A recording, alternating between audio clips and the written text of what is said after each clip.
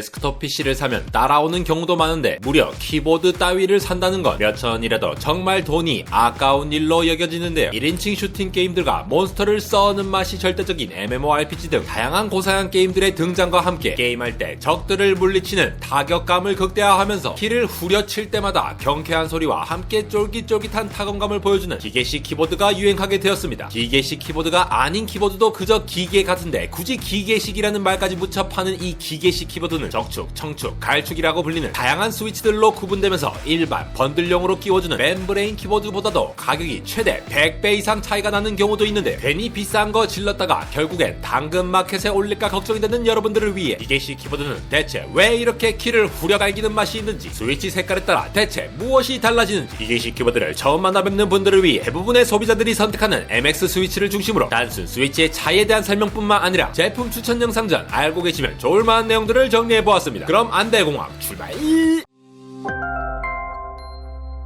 현대 널리 사용되는 키보드는 블루투스를 활용하여 무선을 지원하는 것은 물론 스마트폰, PC, 노트북, 태블릿 PC까지 번갈아 사용할 수 있는 것부터 자주 사용하지 않는 가장 오른쪽 숫자판을 떼어놓고 파는 펜키리스 제품까지 다양한 방식으로 발전이 되어 왔는데요. 전자회로 기판에 스위치를 하나하나 달았던 그야말로 기계식으로 키를 구성했던 80년대 초 혜성처럼 등장한 멤브레인 키보드는 값싼 생산 비용 덕에 저렴하게 판매되어 키보드 시장을 빠르게 잠식한 후 지금도 널리 사용되고 있습니다. 분데리아를 만들 때 빵, 햄, 갈색 소스, 치즈, 다시 빵 이렇게 하나씩 쌓아올려 하나로 합체하여 씹어먹고 마스터로 입가심하듯이 멤브레인 키보드 역시 키보드 겉을 싸고 있는 케이스, 키캡, 고무 판때기, 멤브레인, 쇠 판때기 등으로 개별적으로 만들 수 있는 녀석들을 하나씩 가져와서 하나로 합체해버리면 완성되는데요. 대량 생산으로 각각을 만들고 합체해서 팔면 되기 때문에 지금 당장 검색해봐도 저렴한 것은 3,000원대로 살 수 있어 배송비가 아까울 정도입니다. 이름처럼 볼록하게 생긴 고무 재질의 판때기인 러버돔은 키를 누를 때 러버돔이 탄력적으로 눌리고 이 눌린 부분이 멤브레인 시트를 누르게 되면서 각 키에 대응하는 위치에 새겨진 회로와 접촉 후 전기가 흐르면서 어떤 키가 입력되었는지 알아낼 수 있는 방식인데요. 고무 판때기를 통해 키가 눌러지고 튕겨나옴을 구현한 덕분에 이 고무 판때기가 멤브레인 아래에 전기회로 전체를 잘 감싸주면서 제발 고장 좀 나라고 마스터와 같은 음료를 콸콸 붓더라도 당체 고장이 나지 않는 엄청난 장점을 가졌죠. 그러나 이러한 멤브레인 키보드의 경우는 멤브레인을 통한 회로가 모두 하나로 연결되게끔 처리하여 원가 절감을 구현했기 때문에 여러 키들을 동시에 누를 때 제대로 입력이 잘 되지 않는 경우가 있으며 고무 재질을 누를 때마다 손가락에 피로감을 느낄 수 있는 단점이 있습니다. 그래서 기존의 멤브레인 키보드는 가질 수 없는 시원한 타건감, 잘 눌러졌는지 눌러지지 않았는지 확인해보려 꾹꾹 누르지 않아도 되는 편의성, 제조사마다 키를 누를 때의 압력인 키압과 키가 눌러졌다고 인식되는 깊이의 차이, 그리고 타다닥 칠 때마다 눌러지는 감성과 그 소리를 가진 라떼 시절 타자기와 같은 기계식 키들이 인기를 몰고 있습니다. 멤브레인 키보드에서 키를 누를 때에는 가장 아래에 위치한 멤브레인과 PCB 기판이 접하면서 키를 인식하는 방식이지만 기계식 키보드는 키가 동작하는 지점이 맨 아래가 아닌 중간 지점에 위치하죠. 그런데 바로 이 작은 차이가 어마무시한 결과를 낳는데요. 멤브레인 키보드와 러버돔을 사용하게 되면 맨 아래 접점에 제대로 터치가 되었는지를 무의식적으로 인지하게 되면서 키를 제대로 입력하기 위해 더 세게 입력하게 되며 과제 제출 10분 전 엄청나게 급하게 키보드를 다다다 칠 때처럼 빠르게 입력하게 되면 평소보다 훨씬 더 세게 키를 누르는 습관이 생깁니다. 그러나 기계식 키보드는 접점 위치가 상대적으로 위에 있게 되면서 가뿐하게만 터치해도 타격감 좋은 키 입력이 가능해집니다. 부산을 대표하는 돼지국밥, 대전을 대표하는 튀김소보로와 같이 기계식 키보드의 공학적인 중추가 되는 부분은 역시 흔히 청축, 갈축, 흑축과 같이 색에 따라 달라지는 키보드 스위치인데요. 본격적인 스위치 설명 전에 기계식 키보드를 구성하는 전체 구성을 알아두는 것이 구매를 할 때에는 매우 도움이 됩니다. 여느 전자제품이나 전자회로가 인쇄되어 있는 푸르른 기판인 프린트 서킷 보드, PCB는 실제로 키 입력에 대한 전기 신호를 컴퓨터로 전달하는 부분으로서 짜리몽땅한 텐키리스 키보드인지 키의 위치가 대략 어디에 있는지 등의 기본적인 모양을 결정함과 동시에 키보드를 커스터마이징하기 위한 프로그래밍이 가능한지, 블루투스로 전달할지, USB-C 타입으로 전달할지, 키보드에 현란한 빛이 나올 수 있도록 하는지 등 컴퓨터에 입력된 키값을 전달하기 위한 전자회로부터 알록달록 예쁘게 LED로 꾸미는 것까지 모든 전자회로가 이곳에서 결정됩니다. 이 PCB 위에 있는 플레이트라는 녀석은 각각의 키 스위치를 정해진 자리에 고정시키고 맨 아래 위치한 PCB가 변형되지 않도록 메탈이나 아크릴로 모양을 갖추고 있는 틀입니다. 특히 맨 아래 키 배열 쪽은 큰 간격을 만들어 둠으로써 PCB에서 다양한 작업을 할 수 있도록 고안이 되어서 나오죠. 플레이트 각 구멍들 사이로 각 키의 스위치가 박히면서 PCB로의 키값이 전달되도록 하며 이러한 스위치를 키캡이 싸주게 되면서 우리가 실제로 두들겨 치는 부분이 되는 것인데, 오래 쓰던 멤브레인 키보드의 스페이스바가 한쪽으로 덜컹거려 스페이스바를 칠 때마다 의식적으로 더 세게 후려치게 되는데요.